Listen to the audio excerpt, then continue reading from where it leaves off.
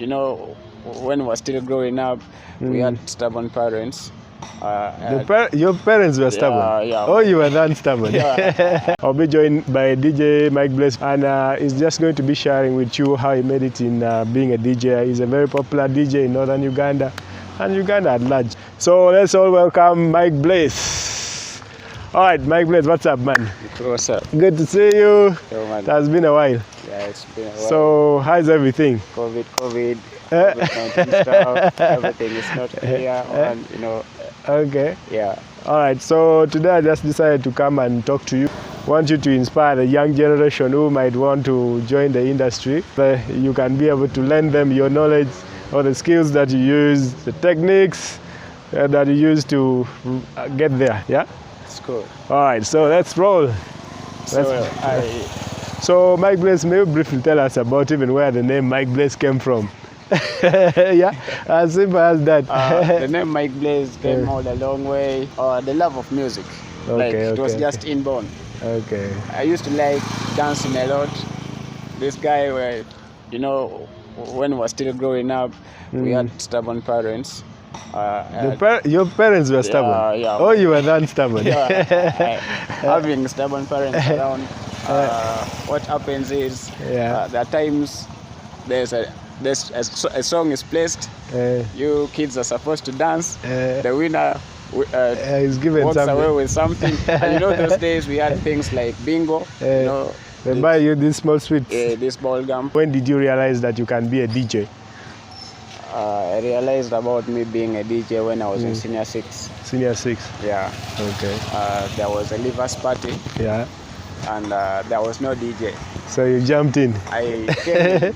I had a lineup of songs. We could not even play like real professionals, but you know, you play something and people are just crazy about it. Crazy, like, what? This guy is good. So by then, I telling myself, DJ Mike, I was like, no. When I reached campus, things changed. Some guy was like, man, you are blazing hot. Okay. So like, man, whenever you jump in, man, the whole roof catches fire. I was like, so man, so that's Mikeblaze. So that's where the blaze came from. Mikeblaze came in. Okay. So, that was in 2017. 2017. No, 2016. Okay. And from there, I got nominated for Best DJ. 2016? You joined in 20... I started technical in 2015. 15, just after a year you were nominated for... Yeah, I got nominated because now things a little bit changed. I used to make non-stops, drop on WhatsApp, like 9 minutes, and they could be these old songs. Yeah. So people were like, who is this guy? Okay. So when I was at campus, I got nominated for Best DJ in Lango. Okay. We were around 7 DJs. Nominated? Yeah, but I was the youngest. I encountered a legendary DJ in Lango called DJ Black. Okay. In fact, he had been an inspiration. Even when I was in primary, I used to hear DJ Black on radio. Okay. So I was like, who is this guy? Not knowing in the future I would still get this guy around. So in the business. We met on the same stage. Okay. And I had a following online. Okay. So the voting was both online and using SMS. SMS. So being a campus guy, you had so many guys online. Guys were sending texts. So I became the winner. You were, okay. But technically, because of having a legendary guy, and this was the first of its kind, so for that award to be put in place, so it was given. Though I walked away with some token. Okay. Yeah. That was a good beginning, man. Yeah, and later on in 2017, it happened again. The same competition for Best DJ in Northern Uganda. Now Northern Uganda. The first one was just within Lango, within 8 districts. Okay. But now Northern Uganda, you know, it cuts across many. It's big, yeah. Yeah. And that was when I was signing out of campus. Okay. Yeah, and that was 2017. 2017. Yeah. Okay.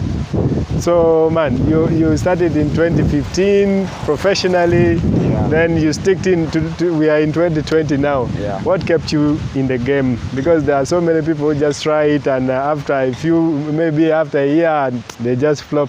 Yeah. Technically, keeping up with the trend of music is not an easy thing. Yeah. I came, like during my days in campus, I came across many people. I got into West Nile through having parties like the West Nile get-together party at campus, which was in seasons. Okay. In 2015 there was one, 2016 there was another, 2017 there was another. So in doing that, it gave me some bit of exposure. I got into contact with boys from West Nile, Adjumani, Moyo, Arua, so which made me in 2017 to run 2 big concerts, where the first concert I got on stage with Jose Chameleon. That was in 2017. 2017, yeah, okay. Everyone was fearing, because Jose Chameleon is not an easy artist. He's this guy who is short-tempered. If you don't do what he really wants you to do as a DJ, you can even get punches. So I was a tiny guy on stage. All the DJs who came from Arua, they were fearing. Yeah, or like, no, Mikeblaze, you can do it. I jumped on stage. That's when it was like, there's something about this boy. I ran the show smoothly until the following day he was supposed to go to Arua. And was like, I want that small boy of yesterday. Where is he? To come Let him jump on our truck. We go. Okay. So that was one of the biggest concerts that I really found myself in. Then the next one was when I had The Good Life. So these were 2 big concerts that really sold me out a lot. It gave me a base in Adjumani and West Nile at large. I believe also in your music industry or DJ industry, there might be some challenges that you've been facing or you're still even facing in the game. Yeah. Maybe talk of moments when you had or you went through those challenges and how you overcame them. The biggest challenge in the music industry or in the DJing industry at large is the events organizers. They look at you as a mere DJ who is just going to play songs for an artist who is going to perform. The biggest challenge comes in when it comes to payment. You stand for long and somebody wants to pay you 20,000. But I refused that. If you come to me with a show and you tell me that show is going for less than 50,000 or less than 80,000, I'm not going for it. So the biggest challenge has always been about payment. And in fact, I would say there's a lot of overworking and getting management, somebody to manage you, managing your brand. Has there been a moment when you're doing your work that you face a very tough maybe situation? The toughest one always comes from managers of the club or owners of the club who want you to play exactly what they want. That is the biggest and the most toughest that I've ever found, because I'm coming to your club to move the crowd. I'm not coming for a request show. I just want to find out, who are the people that motivated you to join this industry? My number one inspiration has been DJ Shiro. I met DJ Shiro himself, like face to face. He told me, it's all about giving your commitment and having the love for it. I have one DJ called DJ Caesar. Caesar is a DJ. He plays in many clubs around Kampala, but he works for Radio City. And there's DJ Aluda. He also works for Radio City. Then there's Selector J. He has been in NTV. Then one DJ called DJ Ino. He gave me some patterns of how to touch those machines. So I really salute them always. I've seen you have also joined music industry, I can say, because you're doing collab with so many people. I've seen like 2 or 3 songs that are out already. So if I'm to ask, if you're to choose someone to do a collab with, dead or alive, who would you go for? Really, to do a collab as a DJ with an artist in Uganda, the first person I really go for is Cindy. Then the other side I have Rema. She's cool.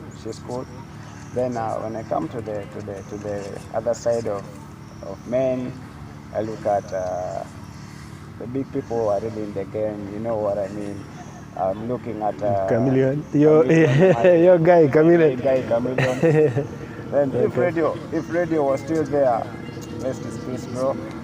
If he was still alive, I would be like, man, I really need some project with you. So what's your plan going forward, Mr. Mikeblaze? I'm really trying to embrace. You said I joined the music industry. I'm already in the music industry. Only that, I mean the other part of doing collabo and active producing of music. That's what I was trying to mean. Yeah, I'm really looking forward to working with many artists. So far in West Nile, I've worked with a couple of artists. I've worked with many producers. Talk of Curia Beats, talk of Slaughter Madipanga, and talk of Malik Skills, the new song with Fifi. It's called Comeback, just released of recent. Within Northern Uganda, I look forward to doing a big collabo with an artist like BP, like Easy. There's an artist in Lira, it's called Good Ambrose. For him, he's so much into reggae. I forgot to tell you, I'm signed under Capstone Music. Okay. Yeah. Thank you very much, Mikeblaze. We are winding. Maybe if your fans out there want to reach out to you on social media, may you tell your fans where to reach out? Get me on Facebook, then on Twitter at DJ Mikeblaze, the same spellings. And on YouTube, so link me on Instagram at DJ Mikeblaze 256. Mikeblaze is everywhere. You heard it yourself. Go there and follow Mikeblaze. All right. Yeah. So, Mikeblaze, what's your last message to your fans? Just sending out love to them, and thanks for always supporting DJ Mikeblaze. Thank you very much, DJ Mikeblaze. It has been a pleasure catching up with you, man. Thanks, man. I hope to do this again with you sometime. One love. Thank you very much. Guys, thank you very much for watching. Please don't forget to subscribe to our YouTube channel. Just click the link below. Thank you very much. See you in our next video.